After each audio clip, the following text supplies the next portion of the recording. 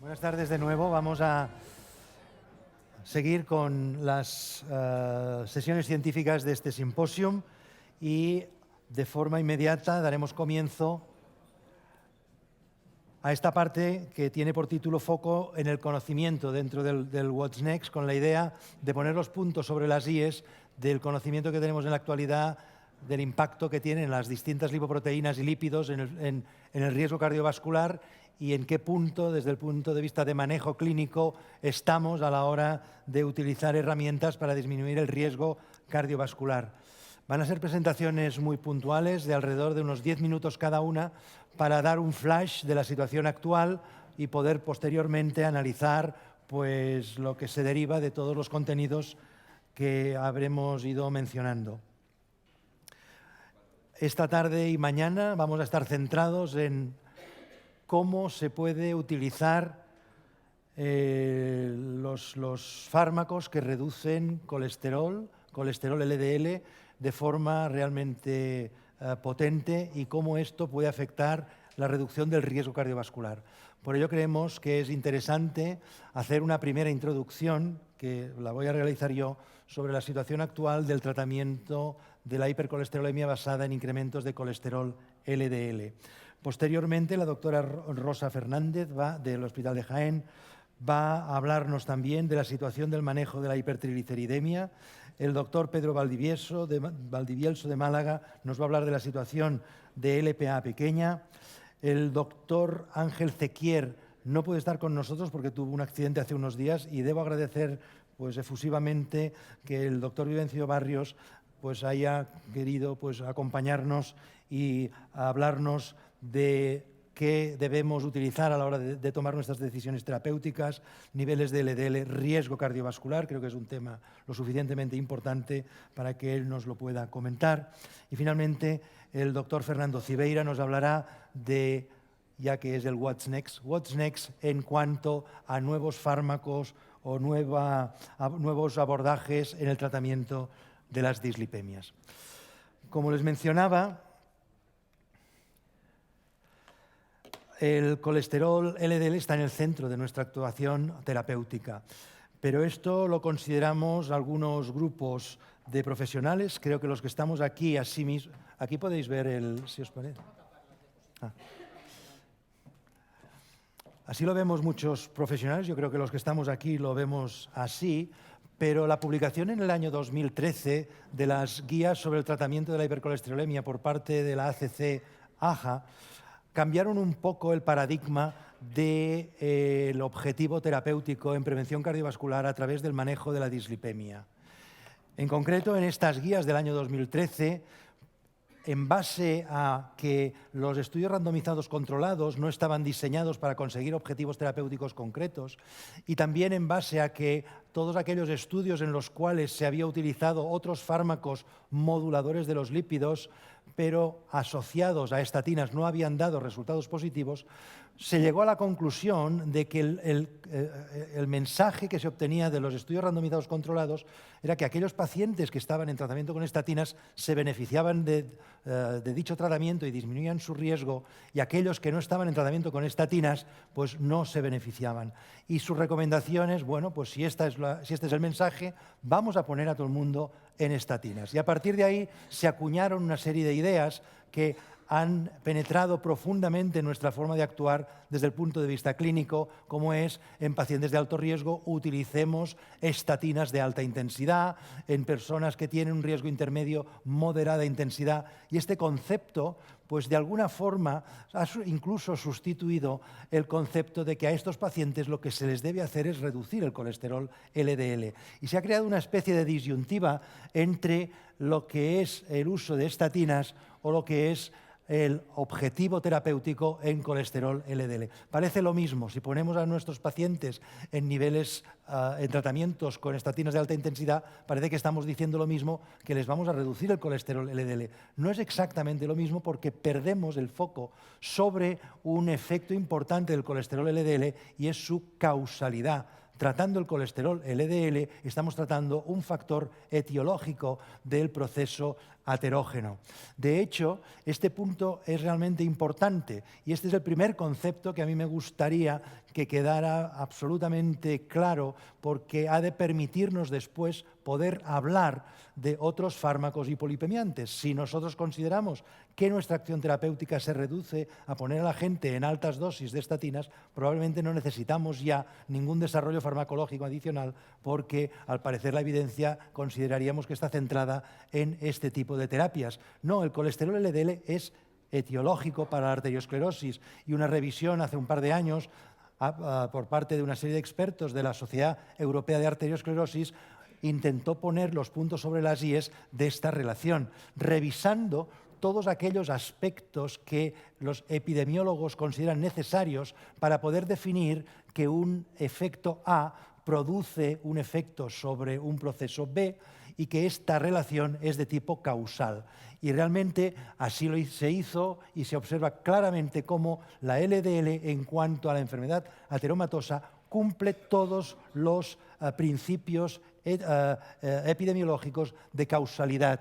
Es plausible, sabemos que el colesterol en estudios de investigación básica pues permite desarrollar la enfermedad ateromatosa, es una relación potente, hay un gradiente biológico en cuanto a dosis-efecto, hay una secuencia temporal, primero el colesterol alto y después aparece la enfermedad, es específico, se mantiene la relación independientemente de que ajustemos por la presencia de otros factores de riesgo, es consistente y es coherente. Hay múltiples estudios de distintos tipos con mucha gente involucrada que todos van en la misma dirección.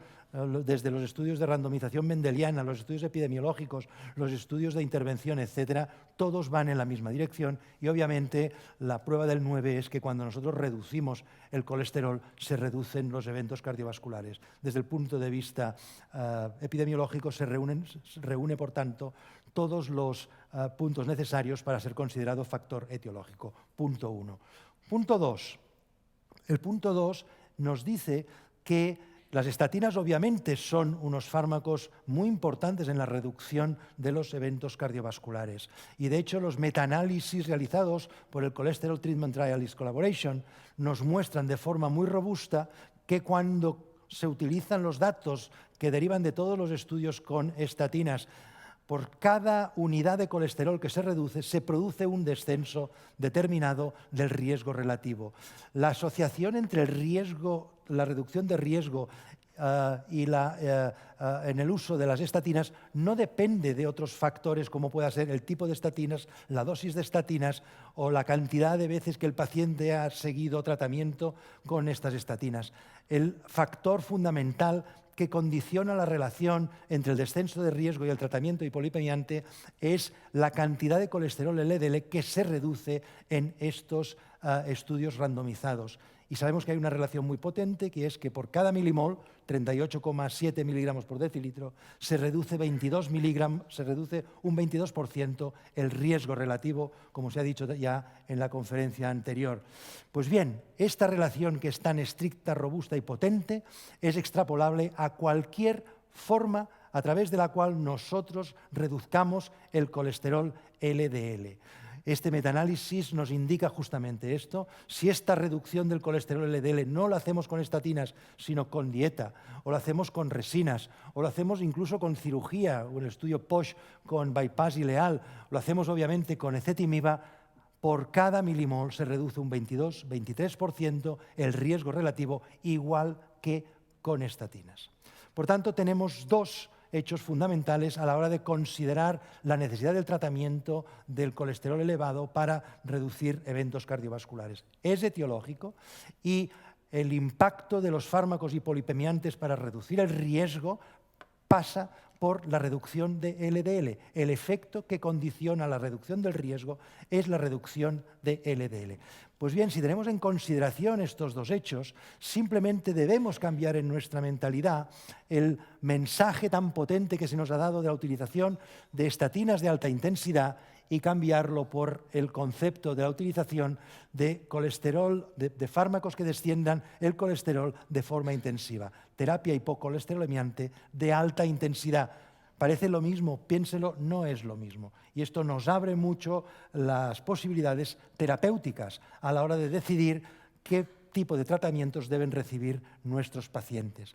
De hecho, si nosotros analizamos la potencia que tienen nuestras herramientas terapéuticas a la hora de reducir el colesterol, esto nos permitirá tomar decisiones terapéuticas. En esta gráfica vean ustedes hasta qué punto podemos llegar a producir reducciones. Obviamente son reducciones teóricas medias, después está la variabilidad interindividual, pero esta gráfica nos dice hasta qué punto los distintos fármacos de los que disponemos, solos o en combinación, pueden permitir el descenso de colesterol LDL. Y así vemos, por ejemplo, cómo tenemos con ezetimiba en monoterapia tendríamos un 20% de descenso, mientras que una estatina de dosis moderada pues baja un 40%, una estatina de alta intensidad un 50%, un PCSK9 un 60%. Pero fíjense ustedes en lo siguiente, si nosotros utilizamos una estatina de intensidad intermedia asociada a ezetimiba, tenemos una mayor potencia hipocolesterolemiante que una estatina de alta intensidad. ¿Debemos nosotros seguir recomendando la utilización de estatina de alta intensidad si nuestro objetivo es que el colesterol LDL baje? Pensémoslo, estos días lo podemos discutir. Vayamos al otro extremo de esta escala y veamos cómo la máxima capacidad de reducción de colesterol de la que podemos disponer es la utilización de una estatina de alta intensidad más ezetimiba más un inhibidor de PCSK9. Todo ello en conjunto produce una reducción total sobre el nivel basal de 84%. Esto está calculado por una fórmula matemática que tiene en cuenta la reducción de cada uno de estos elementos sobre el siguiente, porque si nos sumaríamos el 50% de la estatina, más el 20% de la ezetimiba, más el 60% del PCSK9, tendríamos colesteroles descensos de 130%. Hay una fórmula matemática que permite calcular esto. Fíjense ustedes que si en lugar de una estatina de alta intensidad el paciente está con una estatina de moderada intensidad, en lugar de un 84, solamente dejamos de reducir un 4% adicional. Y la presencia de ezetimiba o no, igualmente, nos produce una ampliación de este efecto de un 3-4%. Obviamente, con estos fármacos podemos llegar a poner a nuestros pacientes en objetivos terapéuticos, esto está claro.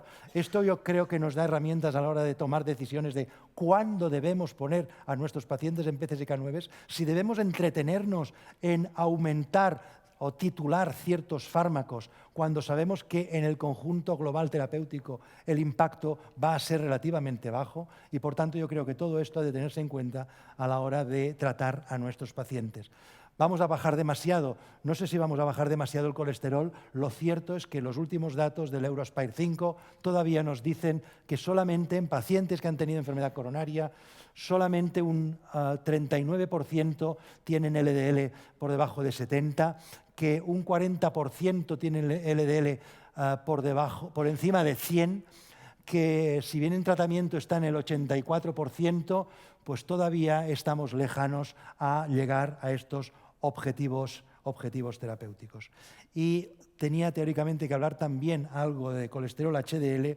El colesterol HDL, la verdad es que estamos en un periodo refractario todavía para entender exactamente qué significa y cómo debemos utilizar los fármacos que puedan modificar HDL, y simplemente a muestra de la situación actual de HDL me permito presentarles esta gráfica basada en datos de las Cortes de Copenhague, en las cuales se observa que HDL, si bien un aumento de HDL produce una reducción del riesgo, estos estudios nuevos epidemiológicos nos dicen que a partir de cierto punto ya no solamente no aumenta su capacidad protectora, sino que a partir de 90-100 miligramos por decilitro de colesterol HDL incluso se puede aumentar el riesgo. Esta es la situación en cuanto a estos dos parámetros.